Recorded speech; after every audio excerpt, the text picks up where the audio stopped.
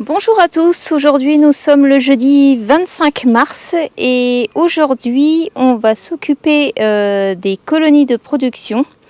Alors vous n'allez pas voir d'abeilles aujourd'hui sauf devant les ruches parce que je vais commencer à retirer toutes les portes d'entrée là qui sont derrière moi pour pouvoir faire du comptage varrois. Alors ce que je voudrais voir en fait c'est voir si mes colonies sont fortement infestés ou pas de varroa en ce début de saison là, et en fonction du résultat que je vais trouver, je ferai un traitement anti-varroa. Donc principalement là j'ai commandé de l'Oxybi pour pouvoir faire un passage si je constate que mes colonies sont trop chargées en varroa à cette époque-ci de l'année. Voilà. Niveau avancement de la végétation chez nous, là, je sais pas, vous allez voir derrière moi, on a les premières épines qui fleurissent. Donc chez nous, on appelle ça de l'épine noire. Et ensuite, derrière, on a les aubépines. Là, on a un plant d'aubépines, là, ici, qui n'est pas encore en bouton. Et tous les arbres qui sont là au-dessus, en fait, c'est toute une haie d'aubépines donc, qui entoure le rucher et qui permet justement aux abeilles d'être à l'abri du vent. Et dans ce rucher-là, l'idéal, c'est que j'ai une bande d'arbres de chaque côté, donc elles ne sont jamais de vent direct. Pour l'hivernage, c'est vraiment l'idéal. Voilà. J'ai posé aussi quelques trappes sur le saule sur un autre secteur, pas sur ces colonies-là. Principalement pour pouvoir faire un apport en pollen pour mes petits nucléis. Donc je pense que je ferai un apport en pollen soit là au début de la saison, mais surtout je vais conserver du pollen pour moi les compléter cet été si on a encore un été qui est relativement sec comme on a eu l'été dernier. Je vais y arriver. Voilà, et on va y aller maintenant pour voir un petit peu ce qui se passe. Je vais vous montrer quand même. Là, il fait pas très chaud aujourd'hui. On a à peine 11 degrés là cet après-midi.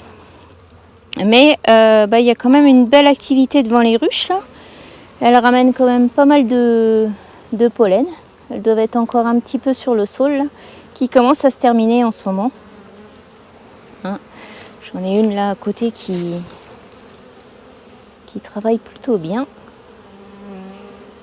Donc là j'ai ouvert les entrées et puis je vais vous montrer un petit peu comment je vais faire pour poser mes plaques et pour pouvoir moi faire mon comptage varroa. Et c'est parti.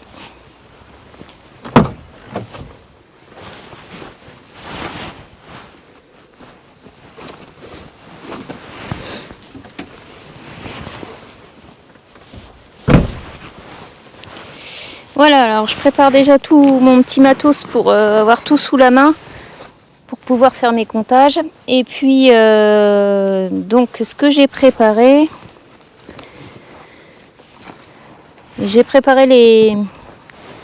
des plaques en espèce de gaufrette. Donc c'est pas les plaques Nicoplast, c'est des plaques qui sont comme ceci. Je vais vous montrer ça d'un petit peu plus près pour vous montrer. Donc c'est un peu alvéolé là à l'intérieur. Et puis elles sont comme cela. Donc celles-ci, elles ont déjà servi courant d'autres saisons. Et puis je les avais mis un petit peu de côté parce que je trouvais que les plaques Nicoplast, elles étaient déjà plus rigides pour les placer sous les planchers. Et celles-ci, par contre, je voudrais les mettre carrément au plus près du bas du cadre du corps. Donc c'est-à-dire entre le corps et le plancher. Donc vraiment dans la ruche pour être sûr de mes comptages. Donc pour faire le comptage, on va huiler les plaques. Donc ça c'est de l'huile végétale, hein. C'est l'huile de colza. Et donc j'enduis les plaques une par une et puis je vais passer un coup de chiffon dessus pour vraiment bien que ça soit graissé. Voilà. Il faut que ça soit gras en fait pour que quand le varroa va tomber dessus, qu'il reste collé sur la plaque. Voilà. Ici, je dois avoir entre 20 et 25 ruches. Il faudrait que je recompte précisément. J'ai la liste dans la voiture. Donc, je vais préparer 25 plaques. Alors, il y en a certaines que je vais pouvoir mettre de façon entière, comme cela dans la ruche. Et puis, il y en a d'autres que je vais couper carrément dans la longueur. Et je vais vous expliquer pourquoi. Voilà. Donc j'ai déjà fait celle-ci, on va aller les poser, je vais mettre mon voile parce que j'ai pas très envie de les déranger et de me prendre une piqûre pour rien. Je vous emmène.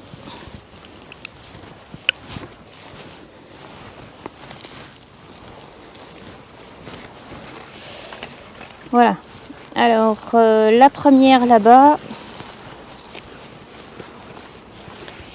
en fait c'est un plancher type plancher de récolte qu'on trouve chez Nicoplast, et ici il n'y a pas la petite languette en plastique qui va me gêner pour pouvoir mettre ma plaque. Donc moi en fait là-dessus j'ai juste à mettre la plaque comme ceci.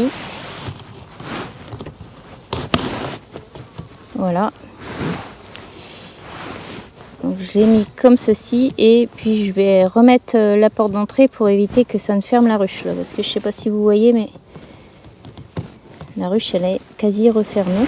Donc je vais remettre la porte d'entrée.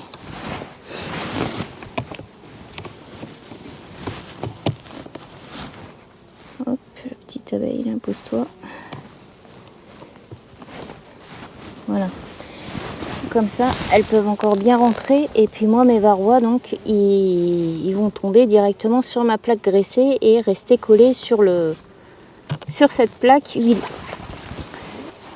Et pour celle-ci, donc, ici, on a donc le petit truc en plastique là. Donc pour ça, je vais devoir couper ma plaque en deux pour pouvoir mettre mon lange graissé. Voilà, donc la plaque graissée, je vais la couper dans la longueur.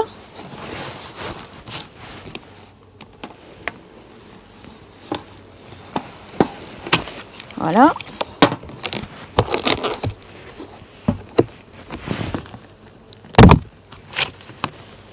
Et je vais pouvoir placer les deux éléments là dans ma ruche.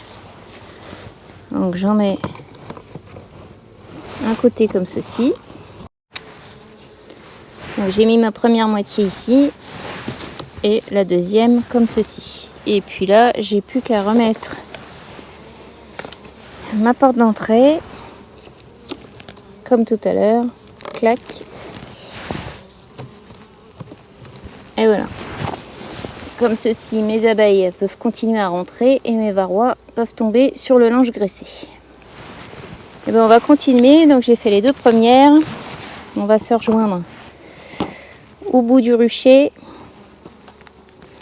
Moi je vais continuer à découper mes plaques si besoin. Et puis mettre mes plaques en entier lorsque il n'y a pas besoin sur certains planchers.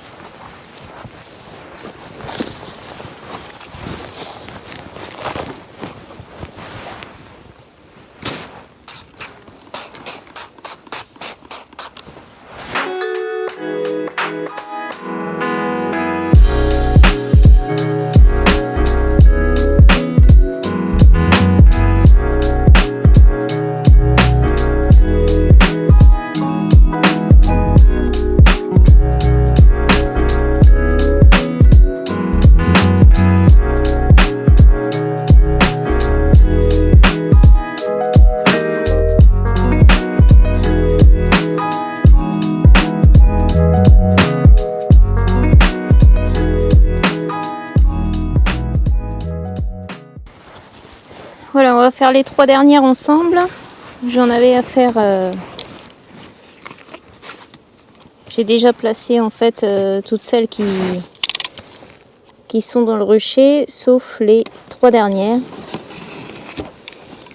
Alors, il faut que je recoupe un petit peu la plaque dans la largeur, sinon ça rentre pas. Bon là, c'est un petit peu long parce que les plaques sont pas coupées. Mais bon, l'avantage, si en saison, je vais refaire un comptage, elles seront déjà prêtes à être utilisé.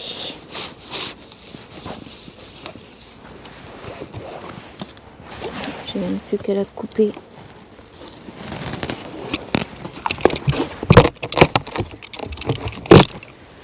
Voilà, dans la longueur, je vais les coller les unes en face des autres pour que les côtés huilés se regardent.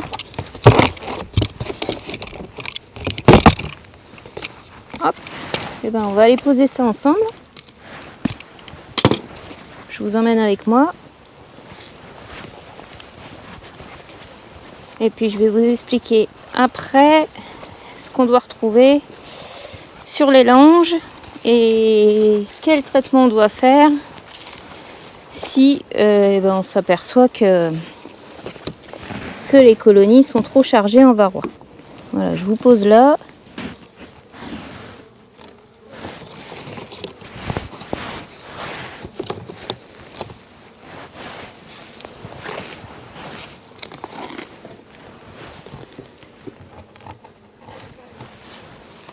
Voilà, je vous montre de plus près pour celle-ci, comme c'est la dernière. Donc, je la mets bien là, le long de la petite barre en plastique. Là. Et la deuxième, ici. Voilà. Et ensuite, j'ai plus qu'à remettre la porte d'entrée. Comme ceci. Pour éviter qu'il y ait des rongeurs qui passent dans la ruche. Voilà, là c'est installé. Tout le rucher est fait. Voilà. Tout le monde a sa plaque là, plaque huilée. Les varrois n'ont plus qu'à tomber. Enfin, du moins j'espère qu'il n'en tombera pas trop non plus. Ça m'évitera un passage de traitement sur les colonies avant de poser les hausses. Donc voilà, je voulais faire le petit topo avec vous pour ça. Donc moi je veux faire un comptage varroa parce que cette année, comme vous le savez, je ne vais pas avoir droit aux produits anti-varroa pour l'apiculture en conventionnel, étant donné que je fais une conversion en bio. Pour en revenir à cette pose de lange graissée sur mes colonies, donc je fais ça dans le but de récupérer les chutes naturelles de varroa. Et en fonction des chutes, j'imposerai un traitement à l'acide oxalique, donc avec l'Oxybi que j'ai commandé et que ma vétérinaire Julie m'a gentiment déposé à la maison mardi. Et mardi, on a fait un petit topo ensemble de ce que je pouvais faire comme protocole en fait pour maintenir la pression varroa dans les colonies en production. Voilà. Donc on a parlé de tout ça, conseillé aussi fortement de faire aussi des comptages. Donc ça tombait bien puisque hier mercredi on avait une formation avec l'ADA Grand Est pour justement arriver à gérer nos infestations de varroa sur nos exploitations apicoles. Voilà.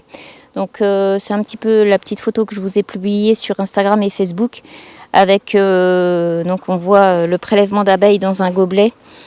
Donc avec cette méthode là on doit prélever 300 abeilles et ensuite donc bien sûr on doit sacrifier 300 abeilles. C'est ça qui me chagrine un petit peu dans le test parce que bon voilà ça m'embête un petit peu de prélever 300 abeilles sur une dizaine de colonies là dans ce rucher là et de les sacrifier pour faire les tests. Donc moi j'ai préféré m'orienter sur le lange.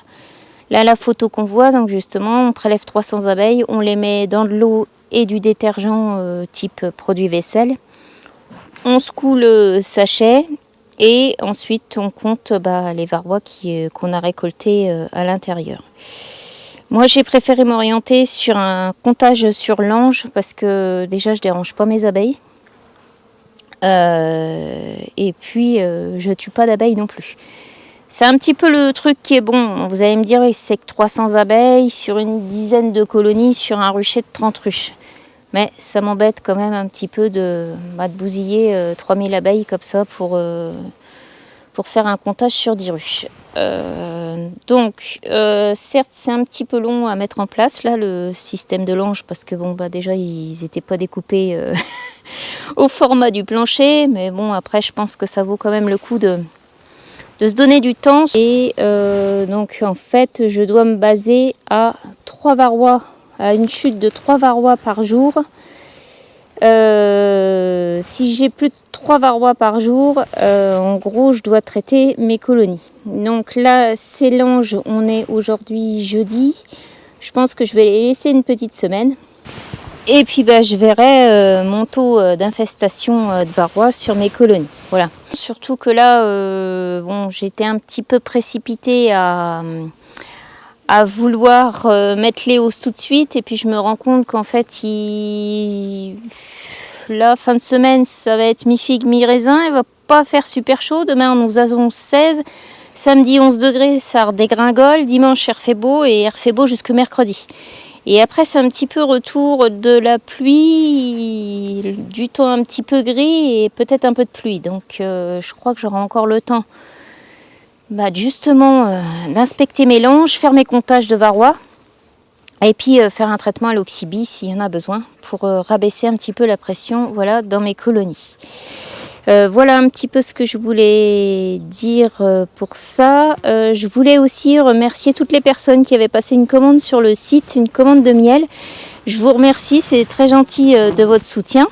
Je dois aussi répondre aux questions qui m'avaient été posées sur les mini plus, les corps de ruche. Qu'est-ce que je fais de mes mini? Bon, j'en ai une qui fait un bruit d'enfer là. J'ai Peps qui est en mode exploration là dans le rucher, donc voilà. Donc c'est elle que vous entendez derrière faire un bruit d'enfer. Voilà, donc je répondrai aux questions des mini plus le prochain coup, je pense. À savoir que les mini plus, les cadrons qui sont à l'intérieur, je ne les remets pas dans des ruches de production. Les cadrons me servent, les corps supérieurs et inférieurs également, là où il y a des cadrons. Tout ça, je vais tout diviser et remettre dans des mini plus. C'est pas des cadres emboîtables qu'on doit remettre dans des hausses ou qu'on doit remettre dans des corps. Je m'embête pas à tout ça. Moi, les mini plus, c'est uniquement pour produire des rennes. Donc, et les mini là qui sont en ponte actuellement, ce sont des rennes que j'ai élevées en 2020.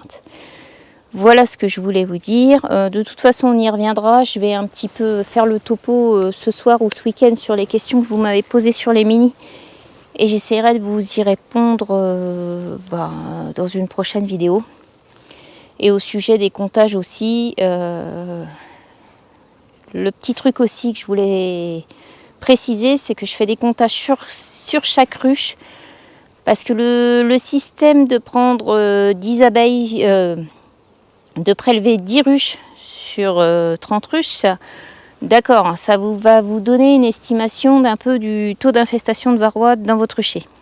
Sauf que si vous prenez 10 ruches et que vous passez à côté des 3 pouilleuses du coin qui ont 600, 800, 1000 varrois sur le dos, si vous faites l'impasse de passer sur ces colonies-là, et ben vous ne savez pas vraiment le taux d'infestation de votre rucher. Donc moi, j'installe ça ruche par ruche. Bon, après, c'est du sport. Hein. Je ne vous cache pas que c'est du boulot. Et que ça demande une certaine organisation. Puis il faut revenir quand même dans une semaine, voire peut-être un petit peu moins. Enfin, je verrai. De toute façon, vous me suivez, donc vous verrez bien quand est-ce que je reviendrai compter. Mais c'est vrai que l'histoire de prélever que sur 10 ruches dans un rucher, ouais d'accord, ça te donne le taux d'infestation, une moyenne de taux d'infestation de ton rucher, mais je trouve que c'est pas très précis. On peut toujours tomber sur la pouilleuse du coin et passer à côté de celle-ci, et bien celle-ci elle fera changer toutes les statistiques de votre rucher. Donc voilà pour ce qu'on pouvait dire pour cette journée. Je vais continuer à mettre les langes sur les autres ruchers. Évidemment, le prochain coup, je pense que ça ira plus vite parce qu'elles seront déjà découpées. Bon, j'aurais pu éventuellement découper la petite languette en plastique qui se trouve dans le milieu du plancher Nico. Mais après, avec le poids des hausses, ça a un petit peu tendance à... Enfin, le plancher s'écrase sur le bord du corps de ruche. Et bon, c'est pas l'idéal après pour pour les entrées et les sorties des abeilles de la ruche. On a fait le tour de la question. N'hésitez pas à partager, liker ma vidéo et aussi à vous abonner au cas où ça ne serait pas déjà fait. Et puis je vous dis à tout bientôt pour une prochaine vidéo. À ciao!